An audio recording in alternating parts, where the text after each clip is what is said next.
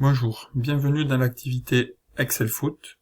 Dans cette activité, on va devoir insérer des formules, on va devoir faire des calculs et on va devoir insérer un graphique.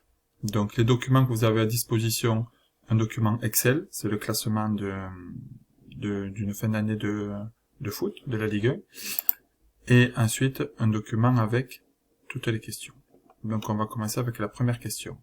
Calculer le nombre de points de chaque équipe, sachant que une victoire rapporte 3 points, un nul rapporte 1 point, une défaite 0 point. Donc ce qui est important, c'est victoire 3 points, nul 1 point, défaite 0 point. Donc on retourne sur l'autre document. Donc comme pour chaque formule, on met égal. On va cliquer sur les matchs gagnés. Donc match gagné ici, on multiplie cette cellule par 3, parce que c'est 3 points pour un match gagné, plus, on met toujours le plus, parce qu'on va additionner. Les matchs nuls, on a dit multiplié par 1 point, plus,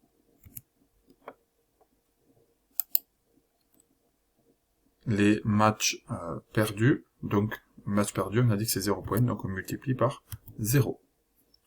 On tape entrée, et on a le total de 85, donc c'est 85 points. Et une fois qu'on a fait ça, on se met en bas à droite, on a la croix noire, et on descend pour copier la formule. Voilà, tout simplement. On va regarder maintenant la deuxième question. Deuxième question, calculer la différence de but pour chaque équipe. Donc on se met ici, et donc on voit la colonne ici, différence de but. Donc dans cette colonne, on va devoir faire le calcul. Le calcul, c'est une soustraction. Donc ça va être H2. Donc alors bien sûr on fait égal toujours avant. H2 moins I2. Donc c'est les buts marqués moins les buts encaissés. On clique sur entrée et on a le résultat. D'accord? Et comme on a fait tout à l'heure, on copie. Et on a des résultats. C'est normal d'avoir des résultats négatifs. Ceux qui ont des résultats négatifs, c'est des équipes qui ont marqué moins de buts et qui ont encaissé plus de buts. Donc c'est-à-dire qu'ils ont des résultats négatifs. Ensuite, pour cette question, question 3, calculer la moyenne de buts marqués par match. Donc on demande de calculer et surtout la moyenne. Donc normalement, la moyenne, on se met ici, la moyenne de buts marqués par match. Donc, on a besoin déjà de mettre un égal, ici, donc je mets toujours égal, H2, c'est les buts marqués, divisé par le nombre de matchs joués, par D2. Donc c'est la colonne H, divisé par la colonne D, on entre, et ça fait 2,8 buts marqués par match. Et on copie. Pour ceux qui ont des résultats comme ça, de longs résultats, vous allez tout sélectionner, clic droit, vous allez aller sur format de cellule,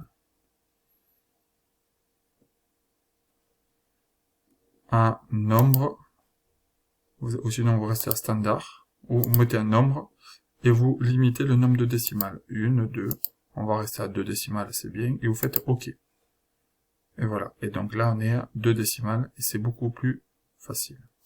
Maintenant, moyenne de buts encaissés par match. Donc, vous allez faire toujours le égal. I2, donc là c'est les buts encaissés, divisé toujours par le nombre de matchs joués. La même chose.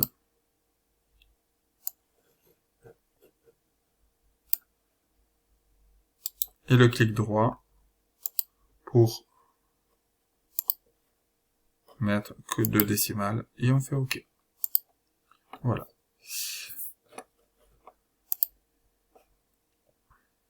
Maintenant, voilà, le 4, on vient de le faire, on l'a enchaîné. Maintenant, on vous demande de calculer la moyenne de points gagnés par match. Moyenne de points gagnés par match. Donc ça va être la même chose, sauf que ça va être avec les points et non pas avec les buts. Les points, je rappelle que c'est ce qu'on a à chaque match. Donc on se met ici, toujours le égal. On va faire nombre de points divisé par le nombre de matchs. Entrée. On copie. Clic droit. Format de cellule. 2. OK. Maintenant, on va vous demander de faire un graphique. Donc, on va vous demander de faire un graphique avec le nombre de points de chaque équipe. On vous demande de sélectionner la colonne des noms d'équipe ainsi que celle des nombres de points. D'accord? Et on vous demandera après de nommer le graphique. Donc, c'est la première fois que vous allez faire un graphique. Donc, ce que l'on va faire... Non, pas ça, excusez-moi. Donc, ce que l'on va faire, c'est que... Alors, on va devoir sélectionner la colonne des équipes. Donc, du titre jusqu'à la dernière. Voilà. Maintenant, je clique sur CTRL. Je remonte un peu. Et je vais devoir sélectionner la deuxième colonne. C'est important de faire comme ça. Donc, en laissant appuyer CTRL. Hop, je viens jusque là. Je lâche CTRL. Maintenant, ce que je vais faire, je vais à Insertion. Alors, peut-être que c'est pas comme ça chez vous, mais normalement, il doit y avoir des graphiques. Et je vais choisir le graphique que je veux. Donc, par exemple, celui-ci. Je choisis ce graphique-là. Donc, on peut voir que ce graphique, il y a les nombres de points sur les côtés. Il y a le nom des équipes. Donc, on voit chaque équipe, le nombre de points qu'elle a. Si on fait le petit plus sur le côté, voilà, on peut changer pas mal de choses, des titres, des trucs comme ça. Ici, on peut changer la forme du graphique. Regardez. Là, ça peut être comme ça si vous voulez. On vous demande aussi de changer de nommer le graphique. Attendez, je regarde. Nommer le graphique. Donc ce graphique, on va l'appeler, on a dit que c'était nombre de points par équipe. Donc on va marquer ici, alors le graphique, on va éviter de le mettre au milieu, on va fermer cette page. On va le descendre.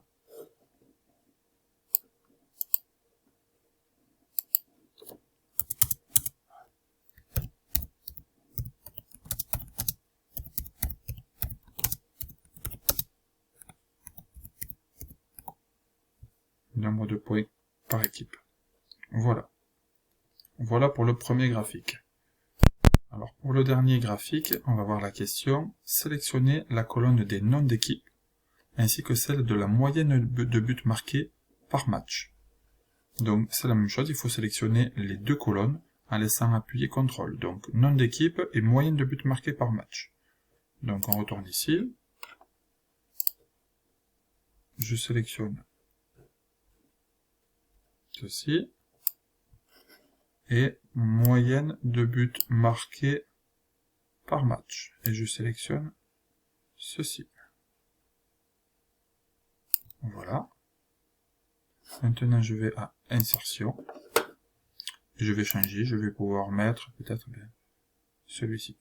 Voilà. Donc, je vais mettre... Voilà. Regardez en haut, il y en a d'autres. Je peux faire ça, je peux faire ça. Voilà. C'est moi qui choisis ce que je veux. Très bien. Et maintenant, je vais le déplacer en bas. Je vais le mettre à côté de l'autre. Voilà. J'espère que vous avez tout compris. Si vous avez un souci, demandez au professeur. Voilà. Bon travail.